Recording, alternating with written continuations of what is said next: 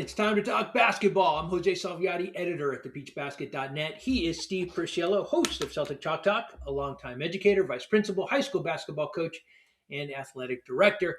And this is the Shot Clock Pod.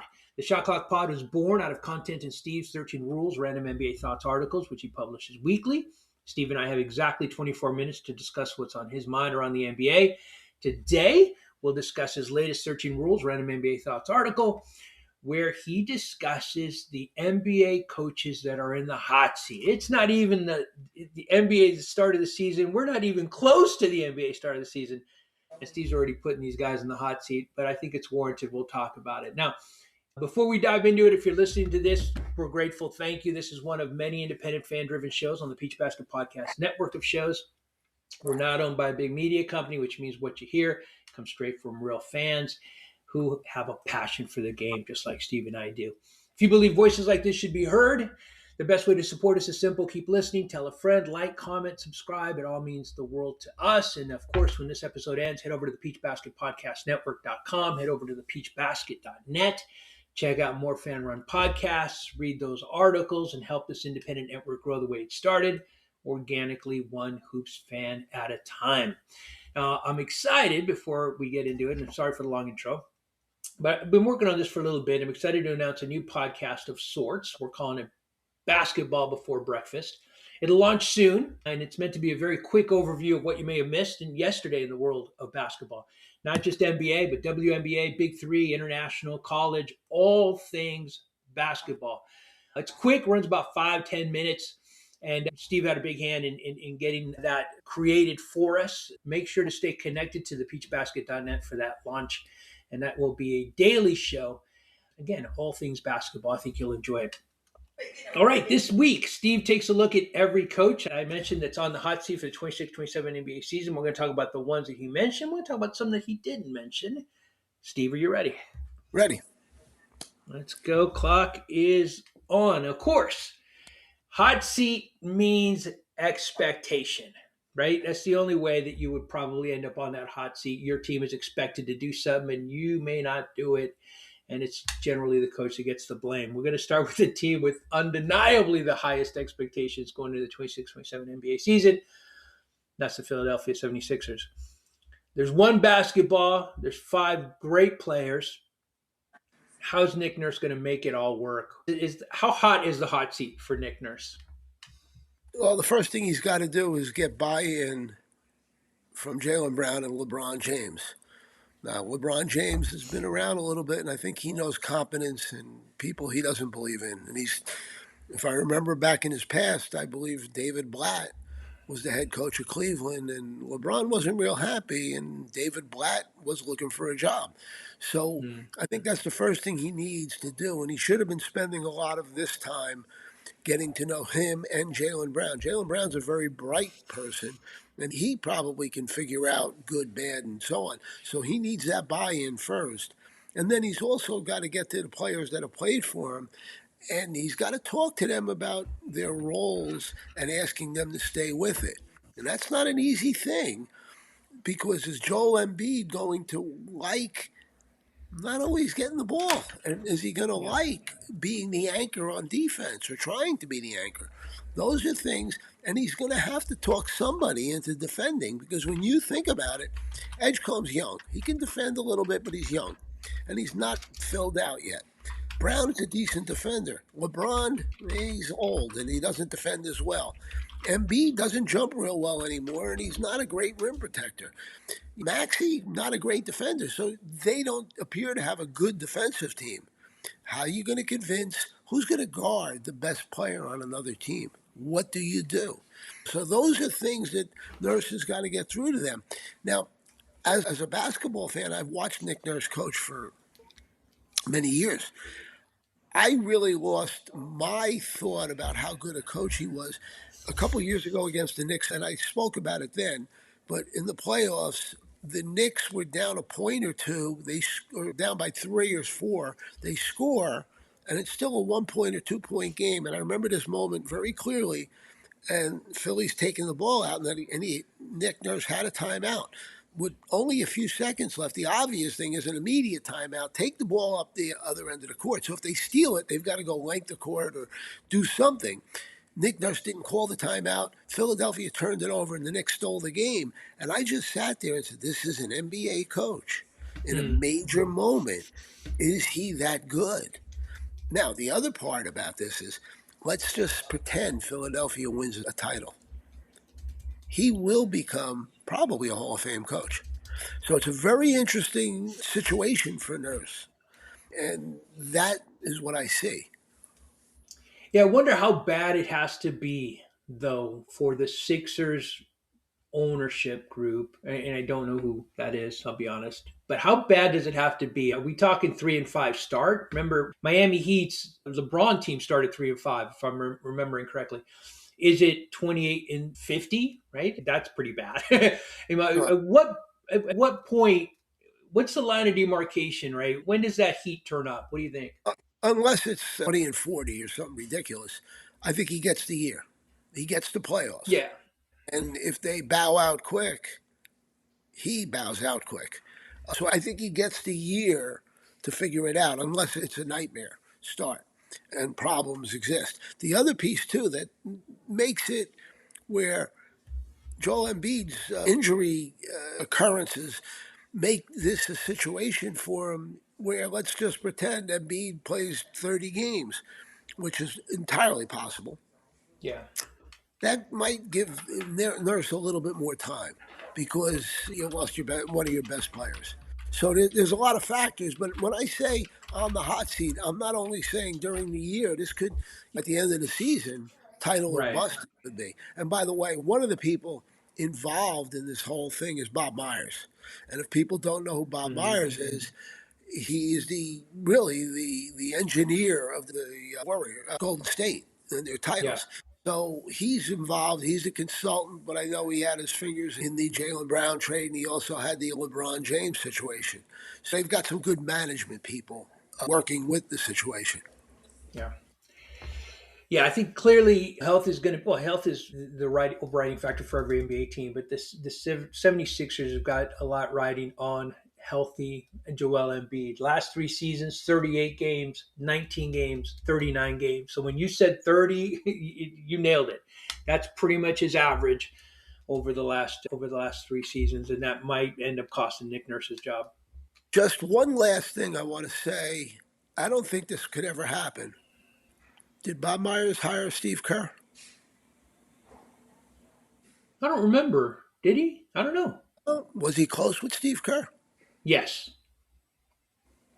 I'll just leave that. Oh, I see what you, it took me a while to put the pieces together. Okay, Something okay. to think, just something to think about. I don't see it happening, but it's something to think about.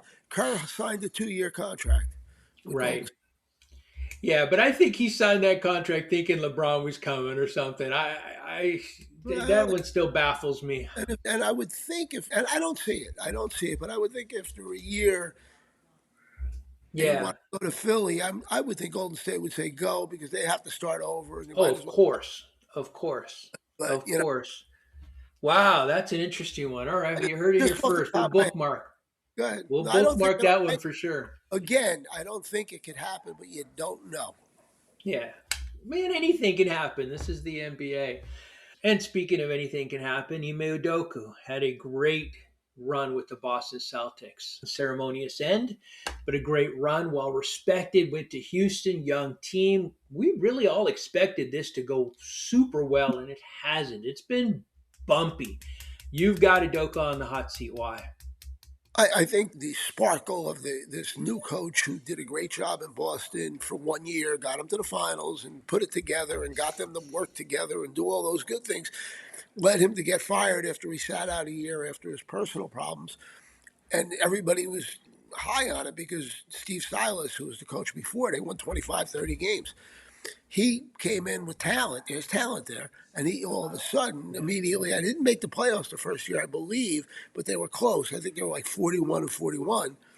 And then the next year they had a much better record. But this year they plateaued. And this year the luster wore off because there were a lot of signs, Durant not getting along with people and so on. that led the situation to be maybe there's a problem here. Naturally, they did have Van Vliet, Hurt, and Steven Adams, but they began to people question it, and then Alperen Sengun did not get as everybody thought he was going to take the next step. He didn't. He more or less stayed the same. So there's so many things that haven't gotten better. In other words, it almost became an even with the year before, and you got Durant. So, and he's getting older, Durant, too. So there's a lot of little factors. And if Houston continues not to play well, not to even mention, well, I will mention it, they lost to the Lakers. They lost to the Lakers without Luka and without Austin Reeves. That is unacceptable. So there's a lot of look. If this ain't working this year, we got to do something because there's a lot of people's jobs on the line. The GM, Stone, and everybody else. He's in a produced time, and I don't think his opinions are as highly sought after by management as they were. Yeah.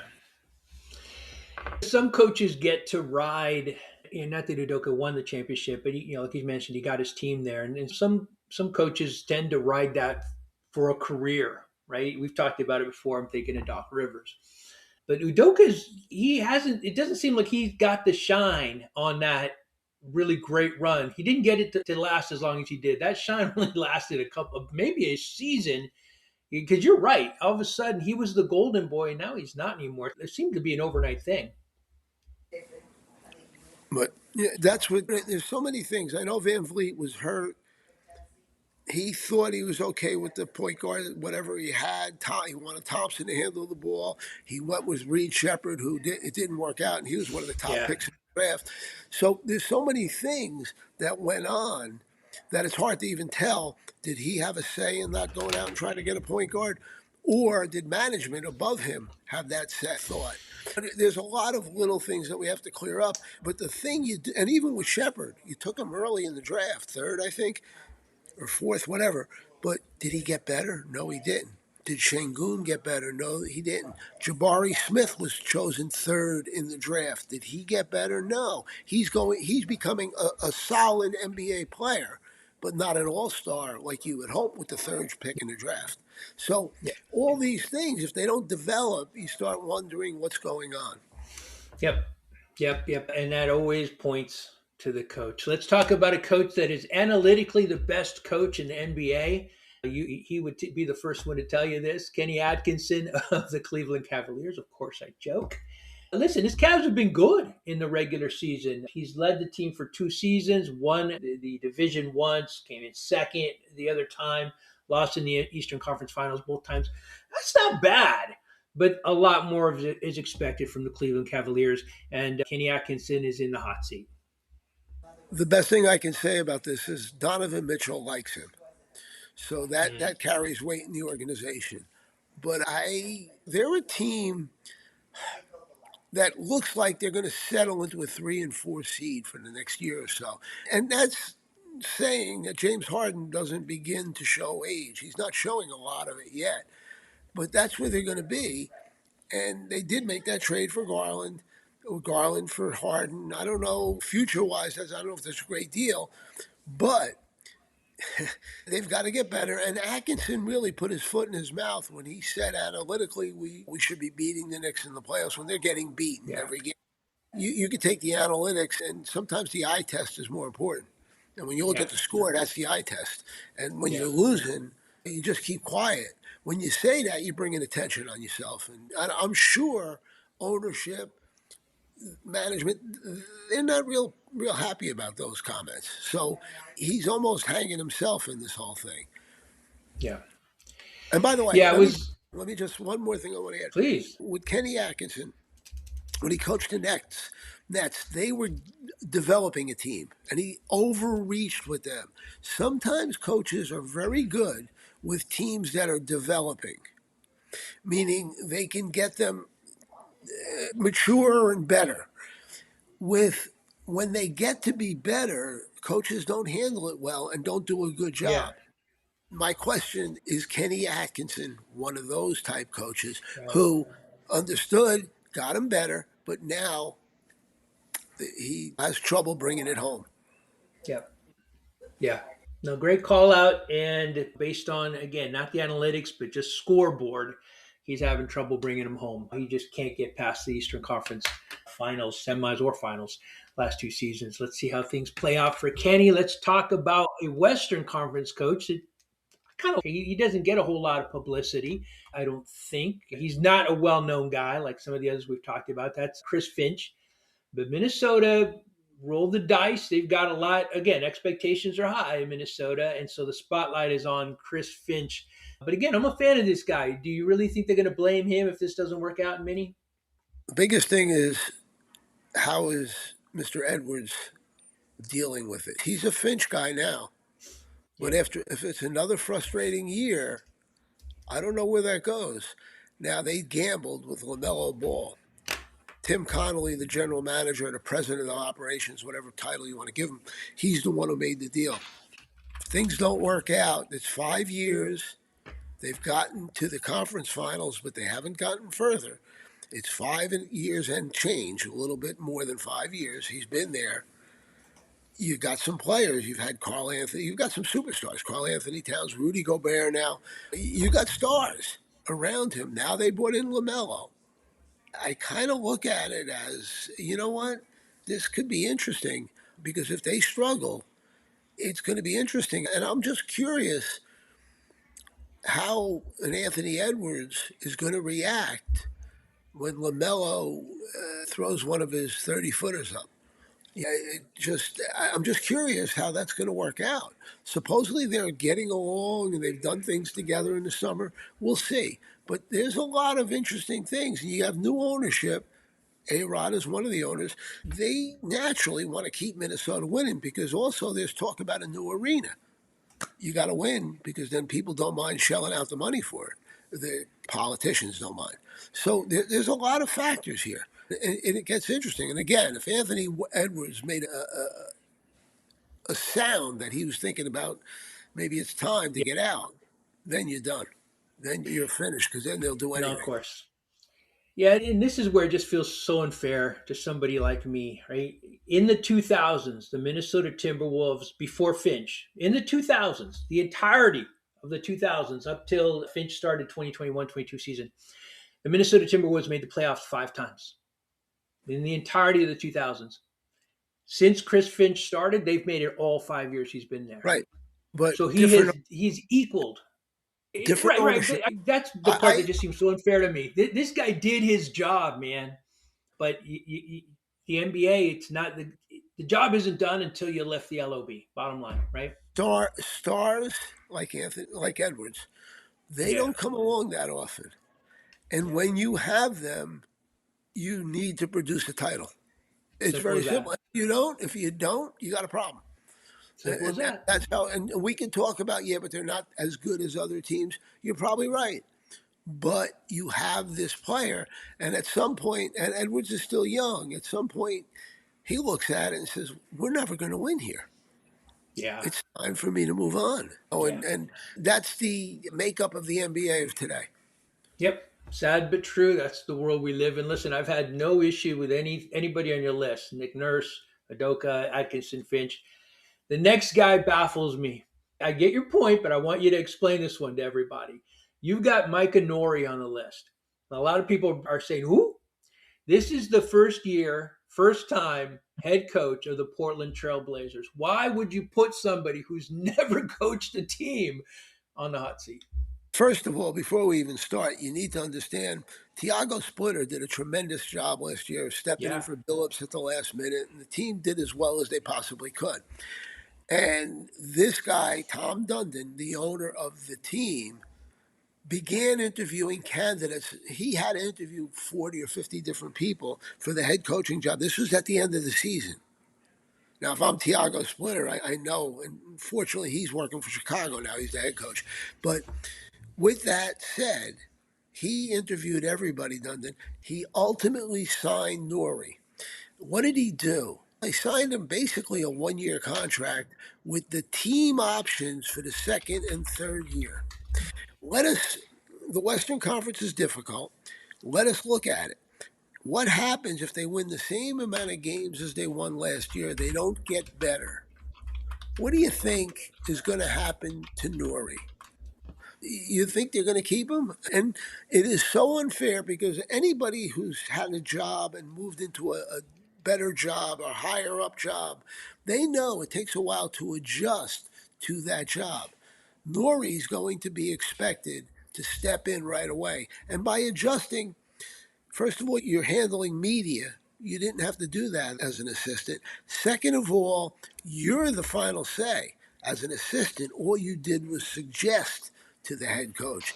Now you are making the decisions. So he's under an unfair position. It's not even a comment about if he's good or not. It's really a comment about the situation with this owner. It's really a shame. And I want to finish with one thing. It's a little off the subject. Dundon is the guy who bought the team from Paul Allen's sister, but he bought it 8 months ago, 6 months ago. When he bought it, what he did, he is now holding the city out. They have a lease till 2030. He's looking for a couple, I don't even know how many million, 600, 500 million from the city to fix the arena. Now, with the thought that in 2030 their lease is up, he's holding over their head that I'll just take him to another city. So it's not a pretty situation in Portland because this guy is very impetuous and God only knows what he can pull. Yeah, I think we've talked about the weirdness and kind of his weird decisions. I think he stopped paying for certain things. He stopped paying for certain amounts of travel. He stopped giving away free T-shirts. Just a bunch of really weird Well, here's the decisions. NBA teams oftentimes they play a night game and then they're going to fly to the next city after the game. They usually keep the motel room and probably pay, but they might keep it till 4 o'clock or 5 o'clock in the afternoon, whatever, until the team Mm, bus leaves.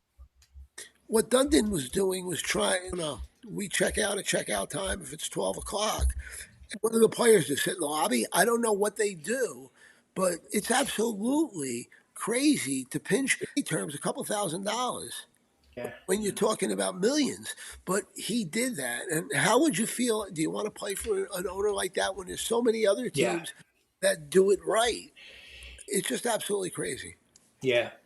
Micah Nori has paid his dues. Nori has paid his dues. So I'm hoping for success for him. Tommy Lasorda famously signed a bunch of one-year deals here as the manager of the Los Angeles Stars. I know it's not the same thing, That's but I'm hoping it works out well for Micah Nori in Portland. All right, that was it. Those are the players, no, pardon me, the coaches that you talked about in your article, which we'll, of course, link below because Steve had more to say about each. But I'm going to throw out a couple of other ones that I think deserve to be on the list. And I want to get your quick thoughts because, again, the clock is winding down. We talked last week about Denver and some weird decisions and how they might be wasting Jokic's prime. David Adelman has got to be on the hot seat. Yes or no? Yeah, he is. I thought about that, but I can't get a read about what Denver wants to do. Meaning, they were disgusted with Malone and Calvin Booth, the general manager, fighting all the time. Are they happy that Adams kind of settled the ship? And then the most important thing is, where's Jokic in this? If he's happy, they're happy. If he's not happy, then he's got a problem. Yeah. So it's a hard read to make on this. And I don't think Jokic is a complainer. So it's just hard. It's just very difficult. Yeah, they probably expect more. However, I think being realistic, if they're fourth or fifth, that'd be a good year. So I don't know. I don't know. It's a very difficult read. Okay. We'll put the heat setting for David Adelman at mid, not hot. So it's a mild heat. This next team is used to winning championships. It's a championship or bust. They've got new ownership. Is JJ Redick on the hot seat? Yes or no? You know, if he got fired, there would be probably 10 teams standing in line to hire him. Facts. JJ Redick and incorporates everything good. He incorporates analytics, but he goes by the eye test. He's good with players like playing for him. If the Lakers were silly enough to do that, it would just reinforce my thoughts on the Lakers. But I can't see that. Yeah. You're out there. Is he in trouble? No. No, I don't think he is. I think he did really well with an underperforming team that didn't really mix last season. I do think though now the expectations are higher this season than they were last season, right? Because you're building this team around Luka. It's the first go around. So I do think expectations are high. And we started this show by saying, listen, these are coaches with high expectations. But JJ Redick proved himself, undeniably proved himself last season. So I do think if they stumble out of the gate, let's say at a 10 and 13 start or something, then you're notching up the heat to mid for sure. But I don't think it's got to be a total collapse for JJ Redick to be fired. I looked at Redick as a guy that can be in one place for 10 years. And Yeah. I think he's one of the better coaches in the league. Okay. Here, let's finish. Now, you heard the buzz. So we already got a shot clock violation, but I cannot skip this last one. All right. This is another team that's championship or bust, and they won recently, and they've got a young coach. Is Joe Mazzulla. And keep in mind, man, the Boston Celtics have changed. This is a different team. Is he on the hot seat? One of the things you failed to mention is they've won the most championships. But I did fail to mention that. after saying that, I have thought about that. My thought being, and Brad Stevens wasn't going out of his way like he did a year before to say how good he was. My thought is he's got this year. And next year, if it's not getting better, he'll be out. But I don't see them doing it this quickly. And I think Missoula's eccentric. He's different, but he's a good coach and he does a good job. And I think I've mentioned this, maybe I haven't. I don't know if you're aware. During the summer, Missoula usually stops in the city, different places players live in, and just to spend 3 or 4 days with them. This year, he's been out in Portugal, where the Mayas Keita lives. And he's been with him working out and doing all the different things that Keita does. He's also been in Nebraska, where Shireman lives, and he spent a couple days with him. So he's done this stuff over the years quite often. And it builds a bond with the players because Sure. he's getting to see them. And I know that the players know he's eccentric, but they like playing for him. And one other thing he does well and keeps players on the side, he'll use guys. Guy sits out 3, 4 games. All of a sudden, you see him coming in the second quarter. But so guys are playing, and they're always on their toes, and they like it because you're not buried if you're the 10th guy. All of a Yeah. sudden, you're getting time. So I just don't see it immediately. But you could be right on that. But I think if things don't pan out, it doesn't do well. And he's being known, even though he won a playoff series, as a great coach in the regular season. In the playoffs, after this year with Philly, people, and last year with the Knicks, losing both of them, people are starting to think. So you might be right, but I don't think you are. Let's see how it plays out. All right, that's it. You heard the shot clock go off. Our time is up. Thank you for listening. Thank you for watching. Make sure to read Steve's entire 13 Rules Random NBA Thoughts article. We will link it wherever you're watching or listening to this show today. And we do got to tell you, we have to end with this. Steve and I are on a 2-week hiatus. Everyone, please enjoy your summer. Steve, enjoy your time. We will likely, possibly, maybe pop in if something huge happens, but otherwise, we'll see you back in late August for another episode of the Shot Clock Pod. We'll talk then. Thanks, Steve. Enjoy the wedding. Yes, sir. Not mine, to be clear. That already happened, but thank you. Yeah.